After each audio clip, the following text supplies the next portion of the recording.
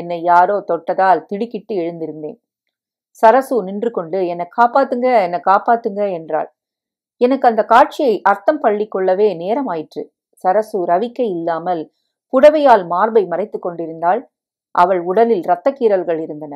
உதடு வீங்கி இருந்தது. என் கரைக்கதவு உள்பக்கம் சாத்தி இருந்தது. வெளியே திரடி திரடி நாயே என்று மனோவின் அதட்டல் கேட்டது. சரசு பதற்றத்தில் இருந்தாள். கைகளை மார்புக்கு குறுக்கே குளிர் நடுக்கம் போல் வைத்திருந்தாள்.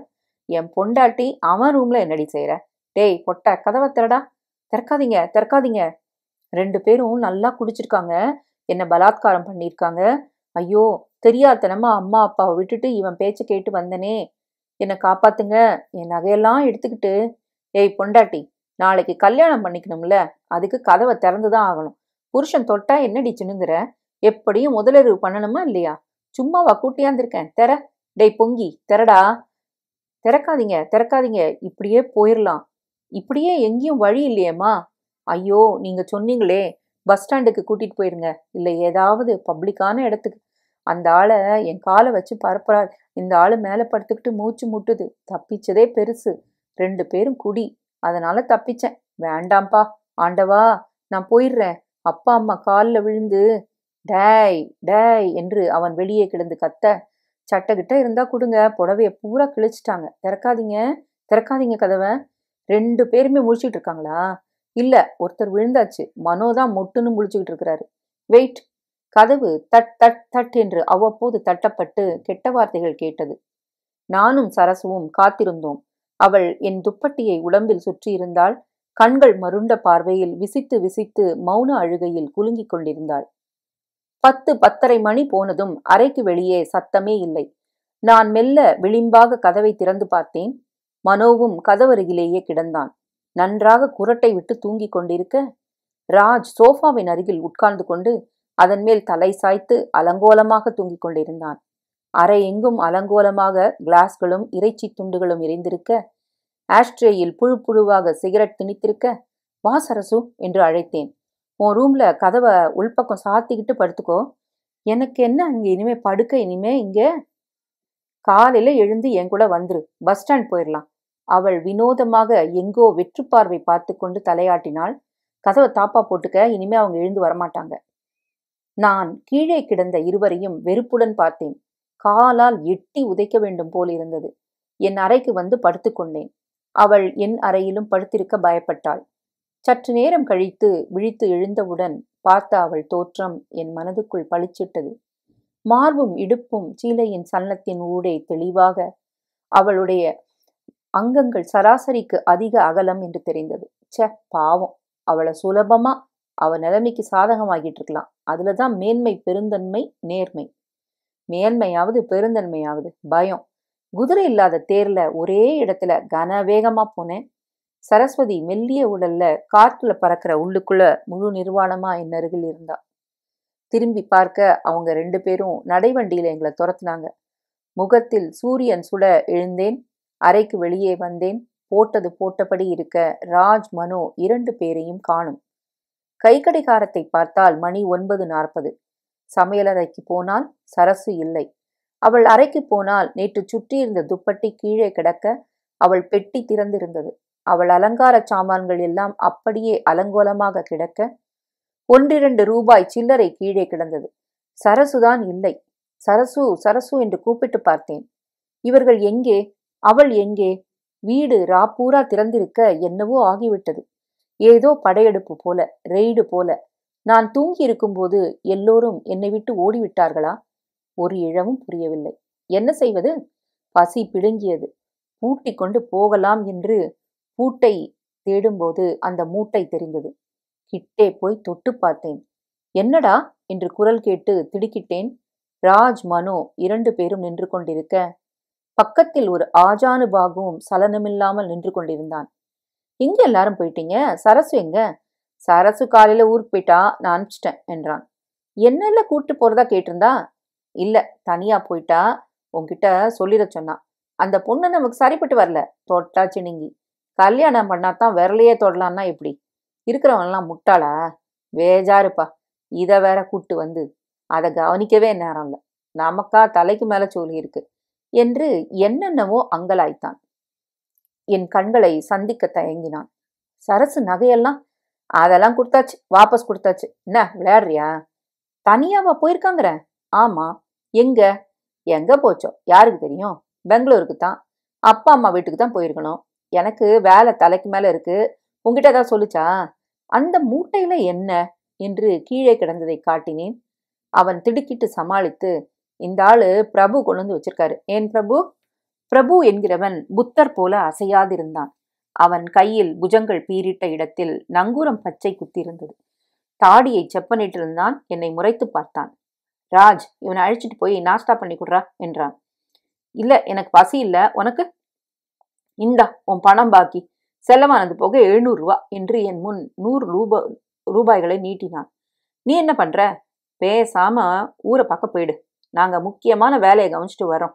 நீ போயிடு என்றான். நான் அசையாமல் நின்றேன். போடான்னா என்றான். ராஜ் அருகில் வந்து, டேய் வந்துரு, அவன் மொரண என்றான். வெளியே ஒரு மெட்டடர் வேன் காத்திருந்தது. அதில் ஏறிக்கொண்ட பின் ராஜ் கூட வரவில்லை. டிரைவரிடம் கன்னடத்தில் பேசி என்னை பஸ் ஸ்டாண்டுக்கு அழைத்து செல்லும்படி சொன்னான். தெளிவாக என்னை அவர்கள் விரட்டுகிறார்கள் என்று தெரிந்தது. பெங்களூரில் பார்க்கலாம் என்று டாட்டா காட்டினான். பஸ் நிலையத்துக்கு போகும்போதெல்லாம் அந்த மூட்டை மனதில் உறுத்தியது. புதுசா ஃபெர்டிலைசர் கம்பெனி பை போல இருந்தது. ஒரு மாதிரி கச்சா பிளாஸ்டிக்கில் பண்ணிய பெரிய பை. சரஸ்வதி நிஜமாகவே காலை எழுந்து போயிருப்பாளா?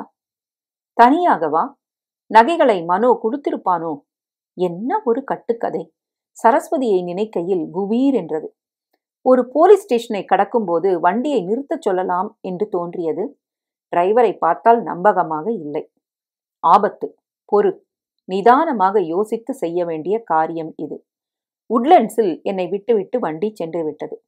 உட்லண்ட்ஸில் தோசை இட்லி எல்லாம் இறங்கவே இல்லை. மனசு ராத்திரி நடந்ததை திரும்ப திரும்ப ஒத்திகை பார்த்தது. காலையில் என்னை ஊருக்கு அழைத்து போ என்று சொன்னவள் எப்படி சட்டென்று தனியாக புறப்பட்டு போயிருக்க முடியும்? அதுவே விந்தை. சரசுவுக்கு ஏதாவது ஆகி இருக்குமா? மூட்டை அது எந்த மாதிரி ஷேப்பில் இருந்தது? உடல் பரிமாணத்துக்கு இருக்குமா? ச்சே, அப்படி நினைக்காத. என்னை எதுக்கு தனியா அனுப்பிட்டாங்க? இப்போ அவங்க என்ன பண்ணிட்டு இருப்பாங்க? ஹோட்டலுக்கு வெளியே வந்தேன். பஸ் ஸ்டாண்டுக்கு போகவில்லை. ஆட்டோ ரிக்ஷா பிடித்து மல்பே ரோட்டில் போகச் சொன்னேன். மறுபடி அந்த வீடு வருவதற்கு சற்று முன்பே இறங்கிக் கொண்டேன். மெல்ல வீட்டை அணுகினேன்.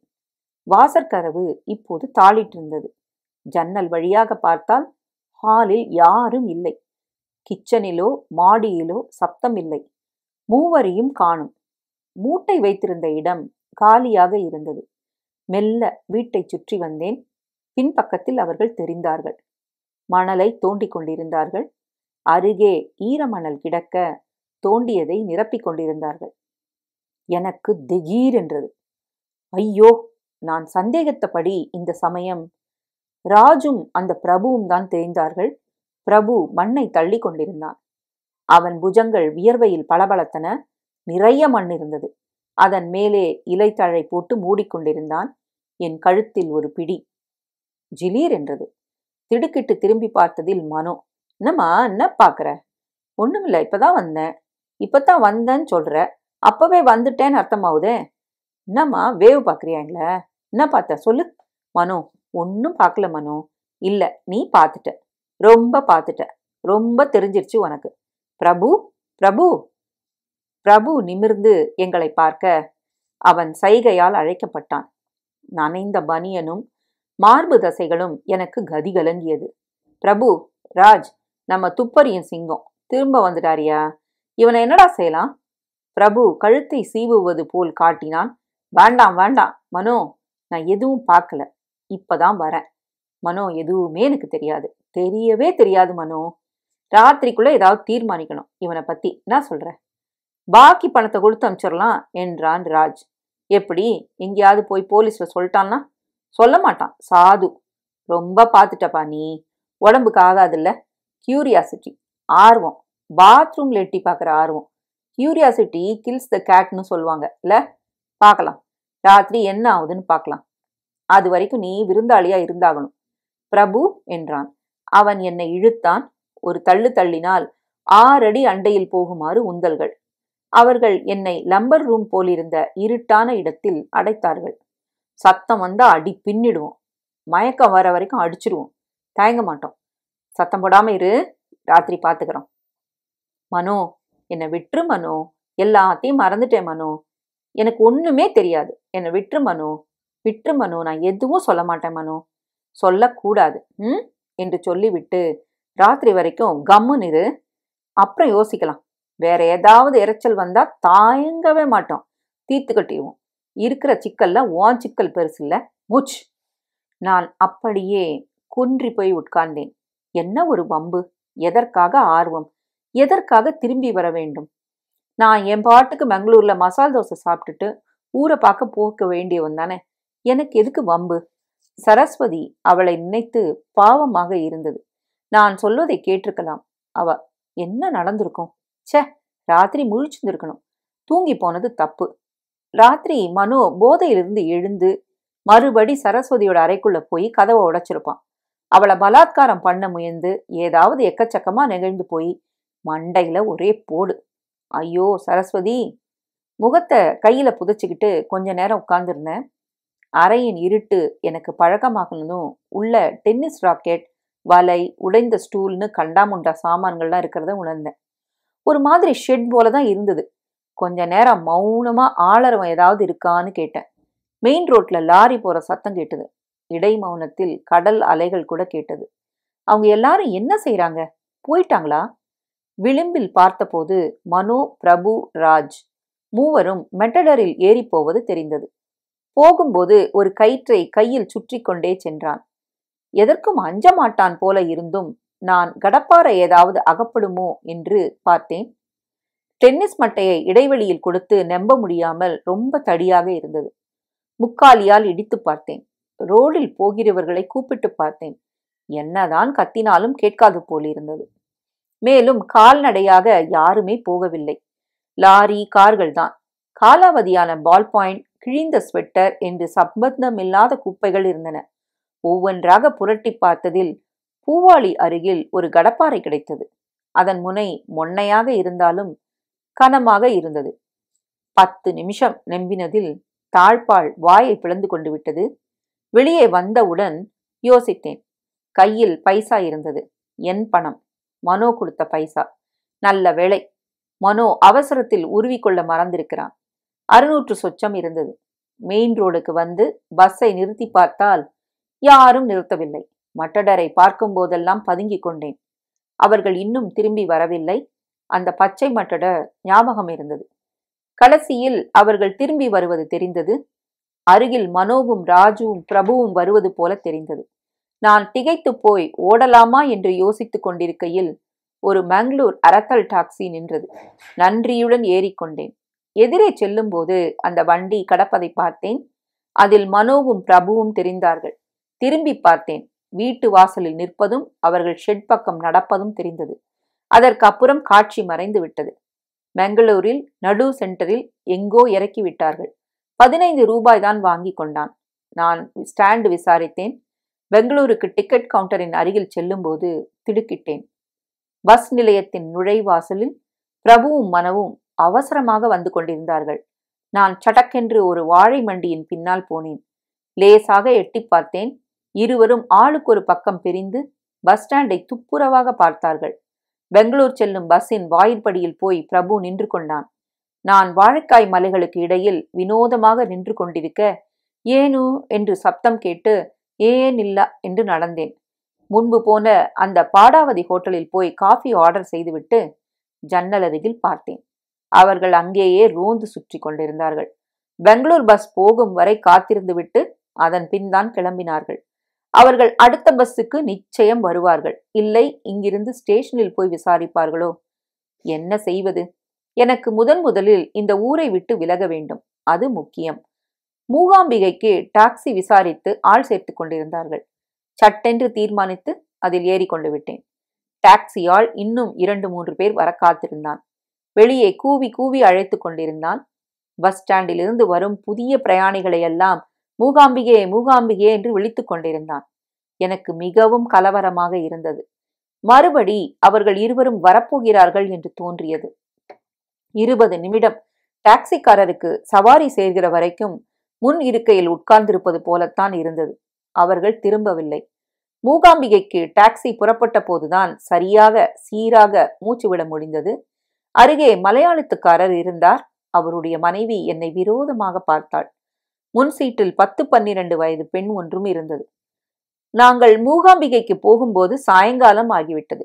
சாரல் 10 கிலோமீட்டருக்கு முன்னமேயே ஆரம்பித்து விட்டது. வரிசையாக டூரிஸ்ட் பஸ்கள் நிற்க, சத்திரத்தின் அருகில் நிறுத்தி வைக்க, கிராப் வைத்த குருக்கள் எல்லாம் எங்களை மொய்த்து கொண்டார்கள்.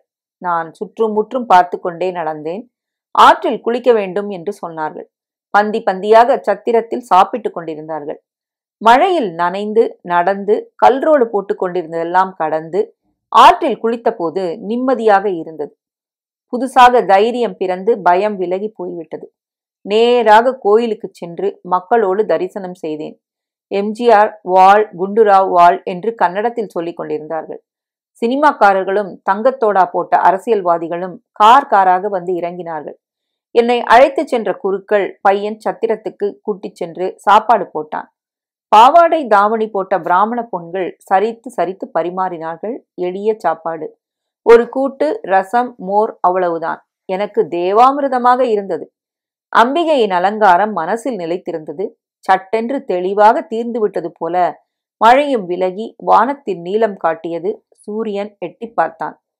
டாக்ஸியில் திரும்புகையில் ஆரம்பத்தில் இருந்து இந்த கணம் வரை நடந்ததை யோசித்து பார்த்தேன். சரசுவை முதலில் பஸ் ஸ்டாண்டில் பார்த்தது. அவள் கல்யாண ஆசைகள். அவள் எங்களுக்கெல்லாம் பனியன் அண்டர்வேர் துவைத்து போட்டது.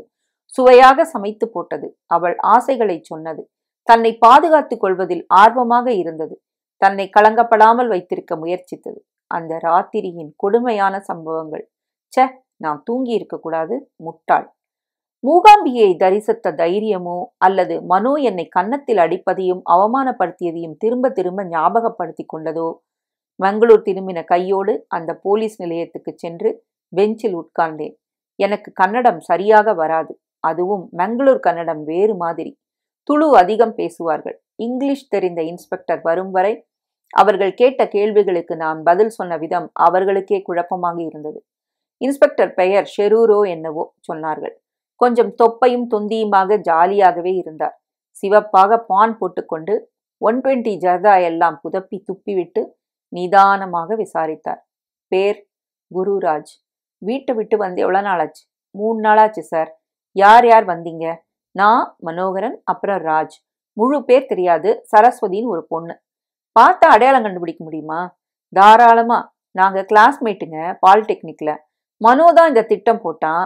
ஊருக்கு வெளியில கடற்கரை ஓரத்துல ஒரு பங்களா ராஜுக்கு சொந்தக்காரங்களது. நிதானமாக நடந்ததை எல்லாம் சொன்னேன். உங்க அப்பா டெலிஃபோன் நம்பர் ஏதாவது இருக்கா? என்ன வேலை செய்யறாரு? BHLல. பேர் என்ன சொன்ன? ஜி தாமோதர். என்ன செக்ஷன்? எக்ஸ்டென்ஷன் நம்பர் ஏதாவது தெரியுமா? வீட்டு விலாசம் சொல்லு. எதுக்கு சார்? முதல்ல உங்க அப்பா வரவழைக்கணும். அப்புறம் அந்த பொண்ணு பேர் என்ன சொன்ன? சரஸ்வதி. அவங்க வீடு விலாசம் தெரியுமா? தெரியாது. அப்பா அம்மா பேரு? தெரியாது. சிமெண்ட் கடையில குமாஸ்தான் சொன்னான். அடையாளம் பத்தாதே. பாலிடெக்னிக்ல ரேடியோ கோர்ஸ் படிக்குது. 3ஆம் வருஷம் டிப்ளமோ. போதும், கண்டுபிடிச்சிடலாம். 3 நாளா பொண்ணு மிஸ்ஸிங்னு பெங்களூர் போலீஸ்ல புகார் கொடுத்துருப்பாங்க. மெசேஜ் கொடுத்து கேட்கலாம். முதல்ல நீ அந்த இடத்த காட்டணும். என் கூட வரியா? வரேன் சார். ஜீப்பில் போகும்போது, சார் என்ன ஆகியிருக்கும்னு நினைக்கிறீங்க? கான்சே, மேபி எ மர்டர். முதல்ல அவங்க 2 பேரையும் பிடிக்கணும் என்றார். அந்த மர்டர் நம்பர் ஏதாவது பார்த்து வச்சியா? இல்ல சார். ஷெரூர் வாய் ஓயாமல் மென்று கொண்டு என்னை பார்த்தார். உங்க மாதிரி வளர்ந்த பசங்கள்லாம் பெற்றோருக்கு எவ்வளவு தொந்தரவு தெரியுங்க. பணம் எப்படி கிடைச்சது? வீட்டுல திருடினது தானே என்று என் தலையில் லேசாக தட்டினார். பயப்படாத, அடிக்க மாட்டேன். ஆனா அவங்க பேரண்ட்ஸுக்கு எத்தனை அகனி பாரு. 3 நாளா காணும்னு தேடி தேடி அந்த பொண்ணு பேரண்ட்ஸுக்கு எப்படி சொல்ல போறோம்? எவ்வளோ வேதனை. Bloody fools. என்னடா கிக்கு உங்களுக்கு? பேசாம வீட்டுல இருந்து பாடம் படிச்சுட்டு பாஸ் பண்றதை விட்டுட்டு உங்க அப்பா பாலிடெக்னிக் அட்மிஷனுக்கு எவ்வளோ செலவழிச்சார் உனக்கு? 4000 ரூபா சார். உங்களை எல்லாம் சுடணும்ப்பா. அதுக்கு அதிகாரம் இல்லையே எனக்கு. போதை, பொண்ணு, திருட்டு எல்லா குத்தமும் இருக்கு. சாரி சார், இனிமே திருந்திட்டேன் ஒழுங்கா. இனிமே எல்லாம் ஆயிடுச்சு. The damage is done. அந்த வீட்டுக்கு மறுபடி வந்து இன்ஸ்பெக்டருடன் இறங்கின போது என் பயம் அனைத்தும் விலகி போயிருந்தாலும் பார்க்க போகும் காட்சியின் எதிர்பார்ப்பு வயிற்றில் சங்கடம் பண்ணியது. இதான வீடு என்றார். ஆமா சார். 4-5 கான்ஸ்டபிள்களை வெளியே காவல் இருக்க சொல்லிவிட்டு கதவை தட்டிய போது என் மார்பு துடித்தது. எனக்கே கேட்டது. அந்த காட்சியை சந்திக்க நான் தயாராக இல்லை. உண்மையை அதன் கோர ரூபத்தில் சந்திக்க விரும்பவில்லை. உண்மை அழகாக இருக்கும்போது பெண் வடிவத்தில் அது எனக்கு தேநீரும் தண்ணீரும் தந்து என் உள்ளாடைகளை மொரமொரவென்று துவைத்து போடும்போது அதை சந்தித்து சல்லாபிக்க விருப்பம் இருந்தது. ஆனால் அதே உண்மை உயிரற்று போய் கடற்கரை மணலின் அடியில் புதைந்து கிடக்கும் சாத்தியம் ஏற்படுகையில் அது இல்லவே இல்லை. அது பொய் என்றுதான் நினைக்க விரும்பினேன். இன்ஸ்பெக்டருக்கு உண்மை கசக்காது போலும். ஓபன் அப் என்று கதவை குச்சியால் தட்டினார். யாரும் இல்லை. ஜன்னல் வழியே உள்ளே எட்டி பார்த்ததில் மின்விசிறி ஓடிக்கொண்டிருந்தது. ஃப்ரிட்ஜ் திறந்திருந்தது. கோப்பையில் காஃபி காத்திருந்தது. யாரும் இல்லையா? உடைச்சிடலாமா என்று கேட்டார். உங்க இஷ்டம் சார். அதுக்கு முன்ன அவங்க ட்ரங்க் பெட்டியை போச்சாங்களே, அது எந்த இடம் சொல்லு. ட்ரங்க் பொட்டியில சார், மூட்டை. இடம் எதுன்னு ஞாபகம் இருக்குமா? காட்ட முடியுமா? முடியும்னு நினைக்கிறேன். பின்பக்கம் வாங்க, பின்பக்கம் பார்க்கலாம். என் கால்கள் நடுங்கின. அடையாளம் காட்ட முடியாவிட்டால் போலீஸ் என்னை எப்படி மதிக்கும்? மணல் பரப்பை பார்த்து பிரமித்தேன். குத்து மதிப்பாக இந்த இடத்தில்தான் அவர்கள் குத்தி கொண்டிருந்தார்கள் என்று சொல்ல நினைத்து அங்கே சென்றேன். ஈரமணல் இருக்கா பாருங்க. மணல் எல்லாம் காஞ்சிருக்கியா? என்ன வெயில்! நான் காலால் மண்ணை கிளற கிளற அவர் சந்தேகம் அதிகரிக்க வேண்டும். நீ சொன்னதெல்லாம் நிஜமா? ஆமா சார், கண்ணால பார்த்தேன். காட்டு. இதோ இங்கதான் நினைக்கிறேன். இந்த ஏரியால ஏதோ ஒரு இடத்துல. கடற்கரை முழுசையும் தேட சொல்றியா? இல்ல, இங்கதான். எங்கிருந்து பார்த்த? அதோ அந்த ஜன்னல்ல இருந்து. அங்கிருந்து இடது பக்கமா வலது பக்கமா? இடது பக்கம். சூரியனோட நிழல்ல முன்பக்கம் இருந்துச்சா பின்பக்கமா? சாரி, ஞாபகம் இல்ல. காலால் நிரடி பார்த்தார். ஒரு இடத்தில் மணல் லூசாக இருந்தது. இங்கேயா? இருக்கலாம். தொடர்ந்து மற்றொரு ஜீப்பில் வந்தவர்கள் மெல்ல தத்தம் கடப்பாறைகளையும் மண்வெட்டிகளையும் ஜீப்பின் புன்புறத்திலிருந்து எடுத்து வந்தார்கள். மணலில் குத்தி குத்தி பார்த்தார்கள். அவர்கள் கவனம் ஒரு இடத்தில் நிலைக்க ஒருவருக்கொருவர் பேசிக்கொண்டார்கள். தோண்டப்பட்டது மணல். அவர்கள் அலைந்து கொத்தி வீசி வீசி எரியும் போது ஒரு விதமான விஸ்க் சத்தம் கேட்டது. தோண்டிக் கொண்டிருந்ததை நிறுத்தி கீழே சுமாரான ஆழத்திலிருந்து ஏதேதோ நிரடியதை மெல்ல வெளியே எடுத்தார்கள். மை காட், இவ்ளோ கோரமா? தயக்கத்துடன் நான் கிட்டே சென்று பார்த்தேன். சட்டென்று பயம் விலகி போயின்றது. உளுத்து போன மரத்தின் ஒரு பகுதி அது. மூட்டையாயா? மூட்டை? நான் தேடுறது மரம் இல்ல. எந்த இடம்னு சரியா சொன்னா இவர் சரியா சொல்ல மாட்டேங்கிறாரு. மிஸ்டர் குருராஜ், ஒன்னு செய்யுங்க. அவங்க 2 பேரும் அந்த மூட்டைய புதைச்ச இடம் இங்கிருந்து எது வரைக்கும் எங்கேயாவது இருக்கலாம்னு கோடு போட்டு காமிச்சிருங்க. முழுக்கவே தோண்டி பார்த்துடலாம். கடற்கரை முழுதும் தோன்றதுக்கு இது பரவாயில்ல. நான் கொஞ்சம் தயக்கத்துடன் ஒரு பெரிய சதுரம் போட்டு காட்டினேன். சரியா போச்சு. இந்த ஏரியா பூரா தோண்ட நேரமாகும். ஆயுதங்கள் போதாது. நீங்க ஹெட் கான்ஸ்டபிள் கூட ஸ்டேஷனுக்கு போயிருங்க. அந்த பொண்ணு எந்த பாலிடெக்னிக்கு எல்லா விவரமும் சொல்லுங்க. அவங்க அப்பா அம்மாவுக்கு தகவல் போயிருக்கு. அங்கிருந்து மெசேஜ் வந்த உடனே தீவிரமா தோண்ட வேண்டியதுதான். கௌரப்பனரே, இல்ல வண்டி. ஹெட் கான்ஸ்டபிளிடம் என்னை காட்டி நிறைய ஆணைகள் கொடுத்தார். அவர்கள் இன்ஸ்பெக்டர் வர காத்திருந்தார்கள். சார், நான் சொல்றதுல உங்களுக்கு நம்பிக்கை இல்லை தானே? கண்டுபிடிச்சிடலாம். பொண்ணு காணாம போயிருக்குதான்னு செய்தி வந்தாகணும். பெங்களூர்ல இருந்து பதில் வந்திருக்கும் இந்நேரம். இப்போதைக்கு மண் கொத்தும் வேலை தொடங்காது என்று தோன்றியது. ஒரு கான்ஸ்டபிள் வந்து ஒரு காகிதத்தை இன்ஸ்பெக்டரிடம் கொடுத்துவிட்டு ஒதுங்க அவர் நிதானமாக அதை படித்துவிட்டு என்னை பார்த்தார். என்ன சார் என்றேன் கலவரத்துடன். பொண்ணு காணாம போயிட்டது வாஸ்தவம் தான். பெங்களூர்ல ராஜாஜி நகர் போலீஸ் ஸ்டேஷன்ல ரிப்போர்ட் ஆயிருக்கு. தகவல் ஏதாவது உண்டான்னு கேக்குறாங்க. உன் பெயரும் காணாம போனவங்க லிஸ்ட்ல இருக்குது. வில்சன் கார்டன்லயா? அந்த பொண்ணோட அப்பா அம்மாவை வர சொல்லிடலாம். வந்தா பாடி கிடைச்சா அடையாளம் காட்டிடுவாங்க. ஹே, சீக்கிரம் சொல்லுங்கடா. போலீஸ் ஸ்டேஷனுக்கு நாங்கள் மறுபடி வந்து விட்டோம். என்னை ரூமில் உட்கார வைத்து பிஸ்கட், டீ கொடுத்தார்கள். ஸ்டாண்டுகளில் துப்பாக்கிகளையும் ஸ்டேஷன் ஆபீசர் பட்டியல்களையும் ஜன்னலுக்கு வெளியே தெரிந்த மங்களூர் துணுக்கையும் வேடிக்கை பார்த்து கொண்டிருந்தேன். சாயங்காலம் வரை அங்கேதான் இருந்தேன். அதுதான் எனக்கு பத்திரமாக இருந்தது. எந்த வேளையும் மனோராஜ் இருவரும் என்னை தாக்க வர முடியும் என்று தோன்றியது. இன்ஸ்பெக்டரிடமிருந்து போன் வந்து என்னை மறுபடி அந்த இடத்துக்கு அழைத்து சென்றார்கள். நான் வந்து சேர்ந்து வீட்டின் பின்பக்கம் இட்டு செல்லப்பட்டு பிரமித்தேன். அந்த இடத்தை தலை கீழாக புரட்டி இருந்தார்கள். அங்கங்கே மண் சுமார் 3 அடி 4 அடிக்கு தோண்டப்பட்டு புதிதாக உழுத நிலம் போல் இருந்தது. இன்ஸ்பெக்டர் என்னிடம் வந்தார். நத்திங். இதை தவிர வேற எதுவும் இல்லை. இங்க கிடைச்ச ஒரே ஒரு பெண் சம்பந்தப்பட்ட பொருள். நான் அந்த ஹேர் பின்னை புரட்டி பார்த்தேன். துருப்பிடித்திருந்தது. இன்ஸ்பெக்டர் என்னை பார்த்து பொய் தானே என்றார். சார், என்ன மாதிரி தந்தா இது? சொல்லிடு. பல்ல முறிக்கிறதுக்கு முன்னாடி சொல்லிடு. சார், நான் எதுக்காக சுயமா போலீஸ் ஸ்டேஷனுக்கு வந்து பொய் சொல்லணும்? உங்களுக்குள்ள என்ன தகராறு? ஏதாவது சண்டை போட்டுட்டு பிரிஞ்சு இல்லாத புகார்லாம் சொல்றியா? அந்த பொண்ணு காணாம போனது உண்மையா இல்லையா? உண்மைதான். அதனால்தான் தோணுனது. ஆனா எதுவுமே ஆப்பிள்ளையே. அதை வேற ஏதாவது இடத்துக்கு மாத்திருப்பாங்களோ? தெரியல, சொல்ல முடியல. அந்த மூட்டை என்ன ஷேப்ல இருந்தது? சொன்னேன்னு, ஃபெர்டிலைசர் மூட்டை மாதிரி ஒரு மாதிரி பிளாஸ்டிக்ல அலுமினிய கலர்ல இருந்துச்சு. முண்டு முண்டா இருந்துச்சா? ஒரு உடல் கொள்ற அளவுக்கு பெருசா இருந்துச்சா? இருக்கலாம், தெளிவா பார்க்காதனால சொல்ல முடியல. இன்ஸ்பெக்டர் என் கை விரல்களையும் கரத்தையும் எடுத்து பார்த்தார். கஞ்சா அடிப்பியா? சேச்சே, சிகரெட் கூட பிடிக்கிறது இல்ல. பெண் சபலம் மட்டும்தான். அப்புறம் திருடுவ அதானே? அடிபட்ட கண்களுடன் அவரை பார்த்தேன். ஒழுங்கா வந்து போலீஸ் நிலையத்துல புகார் கொடுத்திருக்கேன். என்னை குத்தவாளிய போல நடத்துறீங்களே. நேரம் போனதும் அடிப்பார் என்று கூட தோன்றியது. மண்ணை நிரடினார். ஹேர் பென் என்றார். எங்கேயா கிடைச்சது? காட்டிய இடத்தில் அதிகமாக தோண்டப்பட்டிருந்தது. காலையில யாராவது தோண்டுவாங்களா? அதுவே அபத்தம். ராத்திரி வரைக்கும் காத்திருக்க விருப்பம் இல்லையோ என்னவோ. நீ மட்டும் பொய் சொல்றன்னு நிரூபிக்கப்பட்டா. நான் அவரை பார்த்த பார்வையில் இருந்து பயம் அவர் முகத்தின் இறுக்கத்தை விடுவித்தது. கையில எவ்வளவு பணம் வச்சிருக்க? அவங்க திருப்பி தந்த 600 இருக்குதுங்க. அவங்க எதுக்கு திருப்பி தரணும்? நீ விவரிச்சபடி பார்த்தா திருப்பி தர ஜாதியா தெரியலையே. ஒருவேளை நான் விட்டு விலகினா போதும்னு திருப்பி கொடுத்துக்கலாம். ஹோட்டல்ல தங்க பணம் இருக்கா? இருக்கு என்றேன். கான்ஸ்டபிளிடம் சொல்லி என்னை அனுப்பி வைத்தார். சுமாரான ஹோட்டல் அது. பஸ் ஸ்டாண்ட் அருகில் சந்தடி இல்லாமல் இருந்தது. காலி பண்ணினால் உடனே போலீஸ் நிலையத்துக்கு தெரிவிக்கும்படியாக கல்லாவில் இருந்தவரிடம் சொல்ல அவர் என்னை குற்றவாளி போல பார்த்தார். தப்பித்து செல்வதாக இல்லை. அதற்கு திராணியும் இல்லை. அனுபவங்கள் போதும். இனி போலீஸாவது பெற்றோராவது ஏதாவது செய்துகிட்டோம். சரஸ்வதி என்னதான் நிகழ்ந்து விட்டது என்கிற ஆர்வமெல்லாம் போயிடுச்சு. களைத்திருந்தேன். ஹோட்டல் அறையில் மங்கலாக இருந்தது. மெர்க்குரி விளக்கு துடித்து கண்ணடித்து கொண்டிருக்க அட்டாச் பாத்ரூமுக்கு 2 படி ஏறி செல்ல வேண்டியிருந்தது. கெய்சர் ஃபியூஸ் போயிருந்தது. பஸ் ஸ்டாண்ட் தெரிந்தது. இந்த பக்கத்து ஜன்னல் வழியாக ஒரு லேத்து பட்டறையின் மெஷின் சப்தம் கேட்டது. சீக்கிரம் சாப்பிட்டு விட்டு படுத்தால் அத்தனை களைப்பிலும் தூக்கம் வரவில்லை. வெட்டி புதைத்தவர்கள் புதைத்தது எங்கே? போலீஸ் என்னை எப்போது விடுவார்கள்? தூக்கம் கடைசியில் வந்தபோது என்னவோ கண்ணா பின்னா கனா.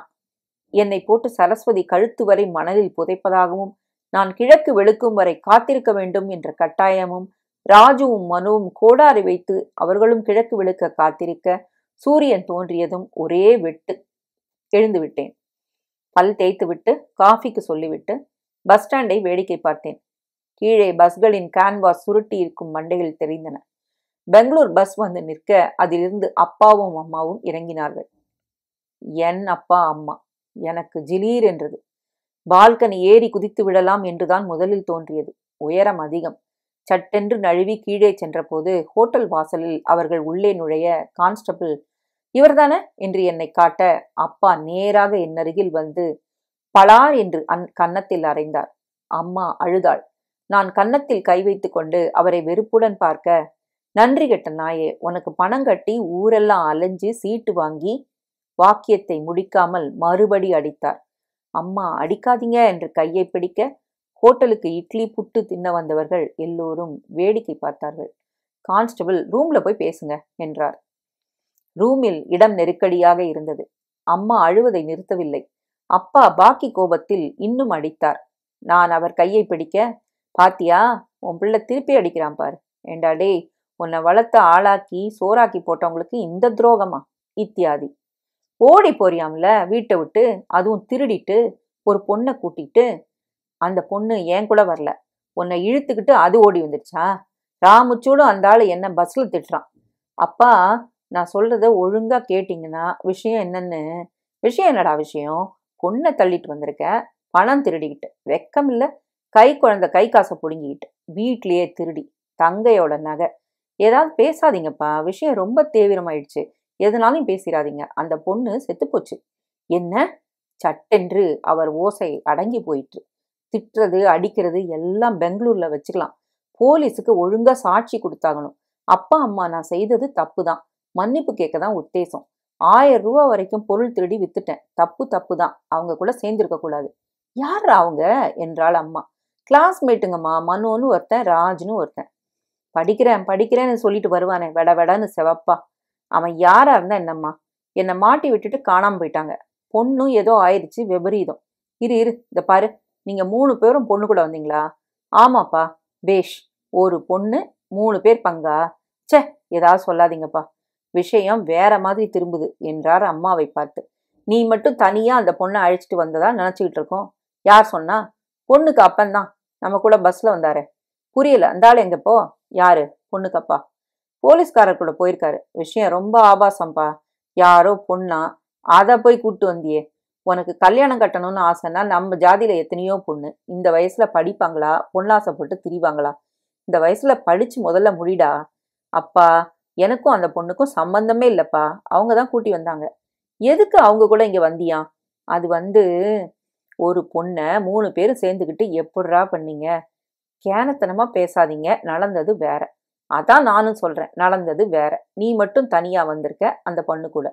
இல்ல, என்ன எழவோ குழப்பம். ஏதாவது இட்லி கிட்லி ஆர்டர் பண்ணு. பூரா பட்னி, தலை சுத்துது. ஏண்டா இப்படி என்று அம்மா ஆரம்பிப்பதற்குள் நான் கீழே வந்தேன். நாங்கள் இட்லி சாப்பிட்டு கொண்டிருக்கையில் இன்ஸ்பெக்டர் வர சொன்னதாக தகவல் வந்தது. அறையை பூட்டிக் கொண்டு போலீஸ் நிலையத்தை நோக்கி நடக்கையில் அப்பா மேலும் புலம்பினார். ஒரு சீட்டுக்கு செருப்பு தேய அலைஞ்சு, பணத்தை கொடுத்து சிபாரிசுக்கு அலைஞ்சு. சரி, இப்ப அதுக்கு மங்களூர் நடு ரோட்ல என்ன செய்ய சொல்றீங்க? பாத்தியாடி, கேட்கறத பாரு. உடம்புல கொஞ்சமாவது பயம் இருக்கா பாரு. அப்பா காலில் விழுடா. பாருமா, தப்பாயிருச்சுன்னு சொல்லியாச்சுல்ல. காலில் விழுறதுக்கெல்லாம் ஊர்ல போய் செஞ்சுக்கலாம். ரொம்ப நொந்து போயிருக்கேன். பாடம் கத்துக்கிட்டேன். ஜென்மத்துக்கும் இந்த மாதிரி சகவாசம் வேண்டான்னுட்டு. இப்ப சொல்லுடா. அவன் திருந்திடுவாங்க என்றாள் அம்மா. உன் தலை. மீண்டும் காவல் நிலையத்துக்கு சென்றபோது அங்கே உட்கார்ந்திருந்தது சரஸ்வதியின் அப்பா என்று உடனே சொல்ல முடிந்தது. மூக்கும் கன்னமும் அப்படியே சரஸ்வதி. நெருப்பாக இருந்தார். என்னை கண்டதும் யாரு என்றார். பின்னால் அப்பாவை பார்த்து, இதான் பையனா? என் பொண்ணு ஆசை காட்டி அழைச்சிட்டு வந்தவனா? ஆமா என்றார் அப்பா. நான் இல்லைங்க என்றதை புறக்கணித்து விட்டு, யோ, நீ பாட்டுக்கு பொண்ணோட விளையாடிட்டு குண்டிமண்ணை தட்டிக்கிட்டு போயிடுவ. இப்ப அவ வாழ்க்கை என்ன வருது? யார் கல்யாணம் பண்ணிப்பாங்க அவளை? நான் அப்பாவின் அருகில் சென்று தாழ்ந்த குரலில், அப்பா, இவருக்கு விஷயம் தெரியாதா என்றேன். என்ன எழவோ, யாருக்கு தெரியும்? ஐயா, போலீஸ்காரங்க உங்ககிட்ட உங்க மகளை பத்தி ஏதாவது சொன்னாங்களா? அவங்க என்னடா சொல்றது? நீ சொல்டா பதிலு. இப்ப பிரச்சனை எப்படி தீக்கும்? எனக்கு அவர் மேல் பரிதாபமாக இருந்தது. அவர் பொண்ணுக்கு ஆனது இன்னும் தெரியாமல் அவள் என்னுடன் ஓடி வந்துட்டதாக நினைத்து கொண்டிருக்கிறார். அவள் இன்னும் உயிரோடு இருப்பதாக நம்பிக்கொண்டு போலீஸ்காரர்கள் சொல்லியிருக்க மாட்டார்கள். சாட்சியம் கிட்டும் வரை சொல்ல மாட்டார்கள். யார் சொல்ல போகிறார்கள்? அப்போது இன்ஸ்பெக்டர் உள்ளே வந்து, எங்க அந்த பையன் என்றார் என்னை பார்த்து. வாயா, பொய் மாஸ்டர், உன்னை கைது பண்ணணும் என்றார். அம்மா ஓ என்று அழத் தொடங்க, சும்மார்மா என்றார் சரஸ்வதியின் அப்பா. இன்ஸ்பெக்டர் சார், இந்த மாதிரி ஆளுங்களுக்கெல்லாம் தனியா சட்டம் போடணுங்க. தனியா சிறைச்சாலை, தனியா தண்டனை. ஆவட்டுங்க, இப்ப வேற இருக்கு. அவர் என்னை ஏறக்குறைய இழுத்து அழைத்து சென்று அடுத்த ரூமில் திணித்தார். போய் தானே சொன்னேன். இல்லைங்களே. என்ன? 3 பேரும் சேர்ந்து என்ன பண்ணிட்டு இருந்தீங்க? எதுக்காக மங்களூருக்கு வந்தீங்க? பம்பாய் கனெக்ஷனா? கோவாவா? எந்த ஊரு? சார், அதான் சொன்னேனே, ராஜ் உறவுக்காரங்க அமெரிக்காவுக்கு சொல்லியாச்சு. புதுசா ஏதாவது சொல்லு. என்ன விற்க வந்தீங்க? எல்எஸ்டி, மான்ட்ராக்ஸ், சரஸ், அபின். எது? என்ன சார் சொல்றீங்க? நீ கஞ்சா பிடிப்பதானே? சேச்சா, நான் இல்லை சார்.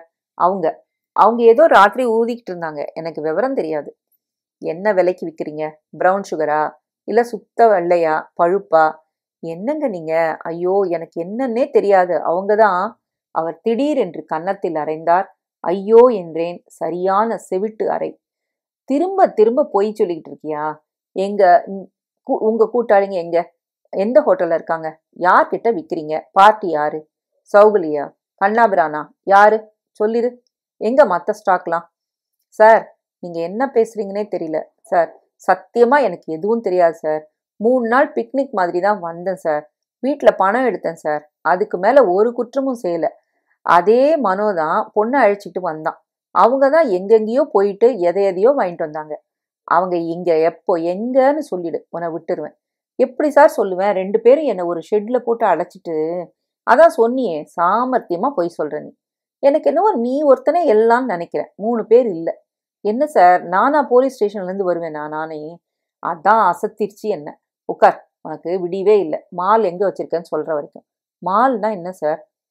அதை நீ தான் சொல்லணும். தெரியாது சார். மறுபடி பொய்யா என்று மேஜையில் ஆக்ரோஷமாக தட்டினார். எனக்கு பயத்திலேயே வலித்தது. உதை வாங்காம இருக்கணுமா இல்லையா? இருக்கணும். ரத்தம் வரக்கூடாதுல்ல? இல்ல சார். ஐயோ, அப்பா அம்மா. அப்பா அம்மாலாம் இப்ப மட்டும் வேணுமா? வீட்டுல திருடுறப்போ, வீட்டை விட்டு ஓடி வரப்போ? நல்ல பையன் தானே நீ. சொல்லு, எங்க ஒளிச்சு வச்சிருக்க? எதை சார்? அத நீ தான் சொல்லணும். போது, அந்த மூட்டை சொன்னி, அதுல என்ன இருந்துச்சு? அதான் சொன்னனே, அந்த பொண்ணை அவன் ராவோட ராவா தீத்து கட்டிட்டு மண்ணுல புதைக்கிறதுன்னு. இன்ஸ்பெக்டர் என் அருகில் வந்து நாற்காலி விளிம்பில் உட்கார்ந்து பொய் சொல்றதை விடமாட்ட நீ. உண்மை வெளியே வர வரைக்கும் ஸ்டேஷனை விட்டு நீ போக போறதில்ல. உங்க அப்பா கிட்ட கேட்டுட்டேன். அவர் இருக்கட்டும்ட்டாரு. வெயில் கீழ் எதுவும் கிடையாது. பெஞ்சில் படுப்ப. உண்மையை சொல்லு, விட்டுடுறேன். முதல்ல இருந்து ஆரம்பிக்கலாமா? நீ, அது யார், ராஜு, மனோ 3 பேரும் மங்களூருக்கு வந்தீங்க. அந்த பொண்ணையும் கூட்டிக்கிட்டு. அதானே? அதான் சார் என்றேன் உற்சாகத்துடன். என்ன கொண்டு வந்தீங்க? நான் 1000 ரூபாய் கொண்டு வந்தேங்க. பொட்டி படுக்க எதுவும் இல்லை, ஒரே ஒரு பைய. அவங்களும் ஆளுக்கு ஒரு பேக் தாங்க. பொண்ணு அது அப்படியே போட்டது போட்டபடி வந்துருச்சுங்க. கழுத்துல கையில நகை கூட இல்லை. எல்லாத்தையும் மனோ கிட்ட கொடுத்துச்சு. அந்த பொண்ணு எல்லாத்தையும் உங்ககிட்ட தான் கொடுத்ததா சொல்லுச்சு. யாரு? அந்த பொண்ணு தான். என்ன சொல்றீங்க? அந்த பொண்ணை ராஜுவும் மனோவும். ராஜும் இல்லை, மனோவும் இல்லை. நீ அந்த பொண்ணு 2 பேர் தான் இந்த வேலை செஞ்சீங்க. டேய், அந்த பொண்ணை அழைச்சிட்டு வாடா. You mean Saraswati? சரஸ்வதி என்ன சொல்றாரு? அரைக்கதவை தாண்டி தலை குனிந்தவாறு சரஸ்வதி என்னை நோக்கி வந்தாள். என்னை ஒருமுறை நிமிர்ந்து பார்த்து லேசாக சிரித்தாள். கன்னத்தில் நகம் கீறின காயம் இருந்தது. பார்மா சரஸ்வதி, சரியா பார்த்து சொல்லு. இந்தாள் யாரு? குருராஜ். சரஸ்வதி உயிரோட இருக்காளா? என்ன ஆச்சு? இவர்தான் உன்ன. ஆமா, இவர்தான் என்னை பெங்களூருக்கு அழைச்சிட்டு வந்தாரு. சரசு, இது என்ன அபாண்டம்? அழைச்சிட்டு வந்தது எதுக்காக? கல்யாணம் கட்டிக்கிறேன்னு சொல்லி என் நகையெல்லாம் புடுங்கிட்டு இங்க கூட்டு வந்துட்டார். சரசு, ஏன் இவ்வளவு பொய் சொல்ற? அவள் என்னை ஒரு முறை பார்த்தாள். கண்களில் தயக்கம் தெரிந்தது. சரசு, நீ உயிரோட இருக்கன்னு எனக்கு சந்தோஷம்தான். என்ன ஆச்சு அன்னைக்கு? நீ போமா, அப்புறம் விசாரிக்கிறோம். அவ எப்படிங்க தப்பிச்சா? அப்பப்பா, பெரிய ஆக்ட்ரியா நீ. இப்பவாது உன் பொய் நிரூபிக்கப்பட்டது. Come clean. நான் சொல்றத நீ அப்படியே நீ சொல்லு. நான் சொல்றேன் நானே உனக்கு. நான் பொய் சொல்ல சார். சரஸ்வ கூட்டிட்டு இங்க வந்திருக்க. உனக்கு மால் விற்கிறவங்க கூட பரிச்சயம் உண்டா? அவங்க கூட பேரம் பேசியிருக்க. அவங்க கொள்ள விலை சொல்லியிருக்காங்க. அதுக்காக இந்த பொண்ணு நகையை பறிச்சு வித்து கூட பைசா பேரல. அதுக்காக அவங்க மூட்டையை அந்த வீட்டாண்ட மணல்ல எங்கேயோ ஒளிச்சு வச்சிருக்கிறாங்கன்னு தெரியும் உனக்கு. தோண்டி பார்க்கணும்னு ஆசை. அதனால போலீஸ் கிட்ட ஏதோ பாடி புதருச்சுன்னு சொல்லி. என்ன சார் இது? உங்களுக்கே அபத்தமா படலையா? எவனாவது இப்படி போலீஸ் கிட்டே நேரா வந்து சொல்வானா? சரி, என்ன நடந்தது சொல்லு. விடமாட்டார். நான் சொன்னேனே. அதான் சார், அந்த கதையில போதைப் பொருளே வரலையே. அப்போ 3 பேர்னு வச்சுக்கிட்டா அவங்க உனக்கு பணம் கொடுக்காம ஏமாத்தினதுனால கதை கட்டி விட்டியா? சார், அந்த பொண்ணு இருக்கு பாருங்க, அதை கூப்பிடுங்க. ஆனஸ்டா பேசி முடிப்போம். அது உண்மை இன்னும் சொல்லவே இல்லை. எங்க 2 பேர்த்தையும் கொஞ்ச நேரம் தனியா விடுங்க ப்ளீஸ். அதுக்கு தான் எல்லாம் தெரியும், தெரிஞ்சிருக்கணும். அதை தயவு செய்து கூட்டு வர சொல்லுங்க. இன்ஸ்பெக்டர் சற்று யோசித்தார். என்னை கூர்மையாக பார்த்தார். சரி, என் கூட வா என்றார். வெளியே பெஞ்சில் சரஸ்வதியை அவள் அப்பா ஏசி கொண்டிருந்தார். போக்கத்த போனமே, இப்ப என்ன செய்யறது? உன்னை யார் கட்டிப்பாங்க? யார் யாரு? சரஸ்வதி, இப்ப வா என் கூட என்றார் இன்ஸ்பெக்டர். அவள் என்னை பார்க்க எழுந்து வந்தாள். நல்லா போட்டு குச்சியில வீருங்க, ஓடுகாலி. ரைட்டர் ரூமில் எங்கள் இருவரையும் விட்டுவிட்டு இன்ஸ்பெக்டர் 1/4 மணில வர 2 பேரும் பேசி வச்சு ஒரு வெர்ஷன் கொடுங்க. அவர் போனதும், சரஸ்வதி என்ன பாரு. மெல்ல நிமிர்ந்து பார்த்தாள். விசும்பல் இல்லாமல் மாலை மாலையாக கண்ணீர் விட்டு அழுதாள். சாரிங்க, உங்க பேர்ல தப்பா அபாண்டமா சொல்லிட்டேன். ஏன் சரஸ்வதி, எதுக்காக இந்த பொய்? என்னை காப்பாத்திக்கத்தான். சுயநலம். புரியல. எனக்கு என்னவோ உன் கூட ஓடி போயிட்டதா சொன்னான். அதுல ஒரு மரியாதை, ஒரு பொருத்தம், ஒரு நம்பிக்கை இருக்கும்னு தோணுச்சு. இன்னும் புரியல சரஸ்வதி. அன்னைக்கு ராத்திரி என்னதான் ஆச்சு? கரெக்டா சொல்லு. 2 பேரும் என்ன. சரஸ்வதி கொஞ்ச நேரம் விசித்து தன் கண்ணீரை துடைத்து கொண்டு சுதாரித்து கொண்டாள். 2 பேரும் என்ன அன்னைக்கு பங்கு போட வந்தாங்கல்ல, தெரியும்ல? அப்பதான் மனோ சொன்னதெல்லாம் பொய். அவர் என்னை கூட்டி வந்ததே உடல் ஆசைக்குத்தான்னு, என் நகைக்குத்தான்னு தெரிஞ்சு போச்சு. என்ன செய்ய? முதல்ல உங்க ரூம்ல வந்து ஒண்டிக்கிட்டேன். அதுக்கப்புறம் அவங்க மயக்கம் போட்டு விழுந்துட்டாங்களா? எதையோ புகைச்சு மயக்கத்துல இருந்தாங்களா? அப்ப தைரியம் வந்துருச்சு. மெல்ல வெளியே வந்தேன். பாட்டிலும் சாப்பிட்ற பண்டமும் அங்க எங்க சிதறி கிடக்க. என் நகை பொட்டலத்தை மனோவோட பொட்டியில தேடினேன், அலமாரியில தேடினேன், பூச்சாடிக்குள்ள இருந்தது. ஏன் அதிர்ஷ்டம் கடவுள் புண்ணியத்துல தெரிஞ்சது. பேசாம ராவோட ராவா வெளியே ரோட்ல ஓடினேன். ஒரு கார்காரு நிறுத்தினாரு. உலகத்துல எல்லாரும் கெட்டவங்க இல்ல, அவரு வயசானவர். என்னை ஏத்திக்கிட்டு பெங்களூர் பஸ் ஸ்டாண்ட்ல கொண்டு வந்து விட்டுறேன்னாரு. அதுக்கு முந்தி அவர் வீட்டுக்கு அழைச்சிட்டு போய் நாஸ்தா, உடுத்தோக்கு, புடவை எல்லாம் கொடுத்தாரு. பெங்களூருக்கு காரியமா வந்து ஃபோன் பண்ணாரு. அதுக்குள்ள இவங்களே ஃபோன் பண்ணி எங்க அப்பா கிளம்பிட்டாருன்னு தகவல் வந்தது. அப்புறம் மத்தியானம் அவர் போலீஸ் ஸ்டேஷனுக்கு அழைச்சிட்டு போனாரு. அங்க அவங்க நடந்தது என்னன்னு கேட்டாங்க. எனக்கு என்னவோ மனோ மாதிரி ஒரு ஆள் கூட ஓடி வந்தேன்னு சொல்லிக்க இஷ்டம் இல்லை. என்னவோ தோணுச்சு, உங்க பேரை சொல்லிட்டேன். இந்த மாதிரி நடந்திருந்தா நல்லா இருக்குமேன்னு. நான் மனோவுக்கு பதிலாக உங்களை காதல் பண்ணி உங்க பேச்சை கேட்டு உங்க கூட ஓடி வந்திருந்தா இந்த மாதிரி சீரழிவெல்லாம் ஏற்பட்டிருக்காது இல்லையா? நான் மௌனமாக இருக்க, எவ்வளவு நல்லவர் நீங்க, பேசாம இருக்கீங்க. உங்க மேல இவ்வளவு அவதூறம் கொடுத்ததுக்கும் கூட. உண்மையை சொன்னா யாரும் நம்ப மாட்டேங்கிறாங்க. நீ பொய் சொன்னதால நான் மாட்டிட்டு இருக்கேன். அவங்க 2 பேரும் என்னவோ வியாபாரத்துக்கு இங்க வந்திருக்காங்க. அது வேற குழப்பமாயிடுச்சு. நான் சொல்றத இன்ஸ்பெக்டர் என்னவோ போட்டு ஊதுறாரு. உபத்திரவம் தாங்க முடியல. ஏதாவது சொல்லிட்டே இருக்காரு. கரெக்டா நடந்ததை சொல்லிடு. அங்க காலையில வீட்டுக்கு பின்னால மணல்ல என்னவோ புதைச்சிட்டு இருந்தாங்க. அதை நான் விபரீதமா கற்பனை பண்ணிக்கிட்டேன். என்ன ராத்திரி சண்டையா? நீ ரூம்க்கு வந்தியா? பேசுனியா? அப்புறம் பாரு, காலையில எந்திரிச்சா ஒன்ன காணும். எல்லாம் போட்டது போட்டபடி இருக்கு. மனோ, நீ ஊருக்கு போயிட்டதா சொல்றான். என்னை அவசரமா பஸ் ஸ்டாண்டுக்கு விரட்டுறான். 2 பேரும் ஒரு ஆள் சகாயத்தோட மண்ணை வெட்டி குழி தோண்டி புதைக்கிறாங்க. எனக்கு என்ன தோணும் சொல்லு. ஓ, என்னத்தான் அவங்க வெட்டி புதைக்கிறதா நினைச்சுக்கிட்டீங்களா? ஆமா சரசு, ஒரு மாதிரி சந்தேகமா பேசுறாங்க. என்னை கட்டி போட்டு லம்பர் ரூம்ல அழைச்சிட்டாங்க. உனக்கு தெரிஞ்சு போச்சு, தெரிஞ்சு போச்சு. அதிகம் பார்த்துட்ட, வெளியே சொன்னா கொலை பண்ணிடுவோம் அப்படிலாம் சொல்லவே உனக்குத்தான் சமாதி கட்டிட்டாங்கன்னு உண்மையாவே நம்புனேன். தப்பிச்சுக்கிட்டு வந்து போலீஸ் கிட்ட சொன்னேன். அவங்க வந்து தோண்டி பார்த்தா ஒண்ணுமே இல்லை. இடையில நீ வேற ஒரு குழப்பம். அந்த பை எப்படி இருந்தது? ஒரு பிளாஸ்டிக் சாக்கு மாதிரி. ஆமா, அதை நான் முந்தா நாள் மத்தியானமே வீட்டுல பார்த்தேன். அதுக்குள்ள சின்ன சின்னதா வெள்ளையா பொடியாட்டம் இருந்துச்சு. என்னவோ போதை பொருளா இருக்கும். அதிகம் காசு வச்சிருந்தாப்புல. என் காசை திருப்பி கொடுத்து அனுப்பிச்சுட்டான். நீங்க பார்த்தப்போ மூட்டை இல்ல?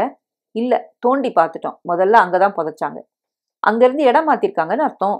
கரெக்ட் என்று பேச்சை கேட்டு திரும்பி பார்த்ததில் இன்ஸ்பெக்டர் நின்று கொண்டிருந்தார்.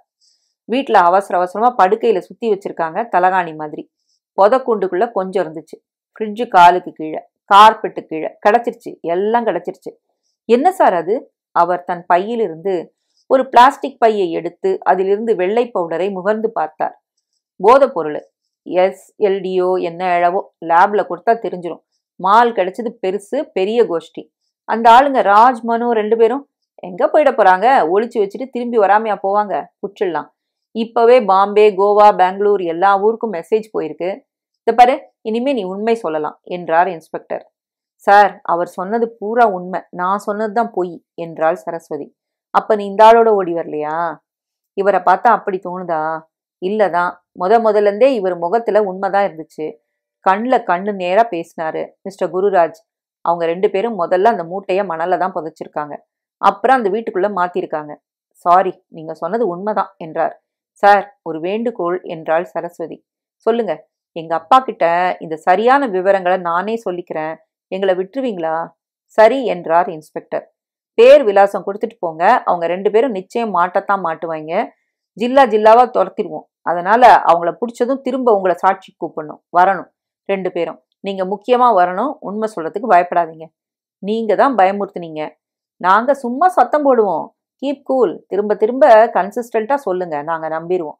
பொய்ய கன்சிஸ்டண்டா சொன்னா ரொம்ப கஷ்டம். ஏதாவது ஒரு இடத்துல மாட்டிக்குவான். All the best. அறையை விட்டு வெளியே வரும்போது அப்பாவும் அம்மாவும் ஒரு புறமாகவும் சரஸ்வதியின் தந்தை ஒரு புறமாகவும் வாக்குவாதத்தில் இருந்தார்கள். என் பொண்ணு வாழ்க்கை பாழாயிடுச்சுல்ல. அம்மா, என் பையன் அப்படி செய்யவே மாட்டான். ஆமா, வாழ்ந்தான். இவன் இன்னும் சின்ன பாப்பான்னு நினைச்சுக்கிட்டு இரு. குட்டி தள்ளிட்டு பெங்களூர் வரைக்கும் வந்துட்டான். பாருங்க, உன் பொண்ணு பேர்லயும் தப்பு, என் பையன் பேர்லயும் தப்பு. ஒப்புக்கிறீங்களா? ஒப்புக்கிறேன். அப்ப ஆளை விடுங்க. அது எப்படி? என் பொண்ணுக்கு இனிமே ஏது வாழ்வு? யார் அதை கல்யாணம் பண்ணிப்பாங்க? ஓடி போன பொண்ணுன்னு பட்டம் வந்துருமே. அதுக்கு என்ன செய்ய சொல்றீங்க? ஒரே வழிதான், அவங்க 2 பேத்துக்கும் கல்யாணம் பண்ணி வச்சிடுறது. என்னது, விளையாடுறியா? பின்ன என் பொண்ணுக்கு வழி சொல்லுவியா? வழி என்ன வழி? பெங்களூருக்கு போற வழிதான். இன்னும் ஒரு தடவை இந்த மாதிரி பேசின பல்லு பேந்துரும். என் கை பூ பறிக்க போகுமா? அப்பா, வாங்கப்பா, எல்லாரும் பஸ் ஸ்டாண்ட்ல போய் சண்டை போட்டுக்கலாம். சண்டை என்ன சண்டை? இந்த ஆளுக கேட்கறது நியாயமா சொல்லு? நியாயம்தான்ப்பா. அந்த பொண்ணை நான் தொட்டு பழகிட்டேன். இப்ப அவளுக்கு வேற வாழ்வு கிடையாதுல்ல. நான் பண்ண பாவத்துக்கு பிராயச்சித்தமா அந்த பொண்ணை நான் எப்போ கல்யாணம் கட்டிட்டு தான்ப்பா ஆகணும். என்னடா அது, நீயும் அவங்க கூட சேர்ந்துக்கிட்டு அநியாயமா பேசுற? அவன் சொல்றதாங்க நியாயம். பிராயச்சித்தம் செத்தாலும் நடக்காது. நடக்காதா? பார்த்துடுறேன், நடக்கும். முதல்ல பஸ் ஸ்டாண்டுக்கு நடங்க. நீ என்னடி சொல்ற? நீங்க சொல்றதுலயும் நியாயம் இருக்கு, அவர் சொல்றதுலயும் நியாயம் இருக்கு. சரியான விளக்கெண்ண. செத்தாலும் எங்க வம்சத்துல வேற ஜாதியில பொண்ணு எடுக்கிறது இல்லையா? ஏன் இல்லைங்க? நம்ம தேவராசன் ஒரு சோ சும்மா இரு சௌமே. நீங்க பொண்ணு எடுத்திருக்கீங்களோ இல்லையோ, எங்க வீட்டு பொண்ணை உங்க வீட்டு பையன் கல்யாணம் செஞ்சே ஆகணும். இல்லாட்டி வெட்டுப்பழி குத்துப்பழி கோர்ட்டு கேஸ் ஆயிடும். நானும் சரஸ்வதியும் பஸ்ஸின் முன் சீட்டில் உட்கார்ந்து காற்று எங்கள் முகங்களில் அலைய, பின் சீட்டில் அப்பாக்கள் இருவரும் சண்டை போட்டுக் கொண்டிருந்தது எங்களுக்கு தேவகானமாக இருந்தது. சரஸ்வதியின் கையை பிடித்து அழுத்தினேன். அவள் என் உள்ளங்கையில் நகத்தால் எழுதினாள். கையை தன்பால் இழுத்து வைத்துக் கொண்டாள். பெங்களூருக்கும் மங்களூருக்கும் 1000 மைல் பிரயாணம் வேண்டும் என்று தோன்றியது.